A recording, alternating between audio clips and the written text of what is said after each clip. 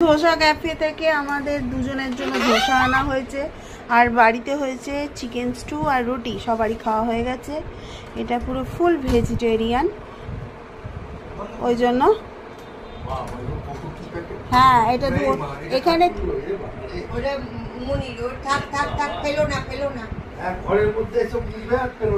হ্যাঁ খাবারে উঠে চলে আসবে। এখানে আছে এটা সাম্বার, এটা চাটনি, এটা ধোসার তরকারি, আর এখানে ধোসা। এখানে না আমাদের এই ধোসাটা মা আগের বার খেয়েছিল, বেশ ভালো লেগেছিল। তা ওরা খেয়ে আসুক, তারপরে আমরা খাবো।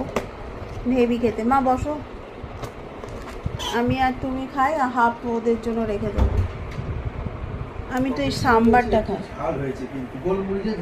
গোলমরিচের ঝাল, লঙ্কাটা দিয়েছে না, ঝাল ঝালই ভাল লাগে একটুখানি। স্টোটা আমি নাই, মাকে বললাম।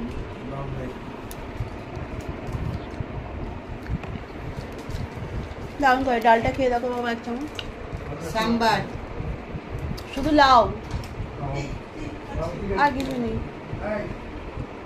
জেরির জন্য ভয়ে আমরা দরজা খুলতে পারছি না। আর একজন এলো স্যুপ খেয়ে।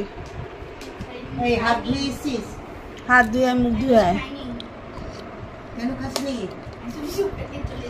ইমা খাসনি, রুটি খাসনি? না, তাহলে আবার বললি যে রুটি।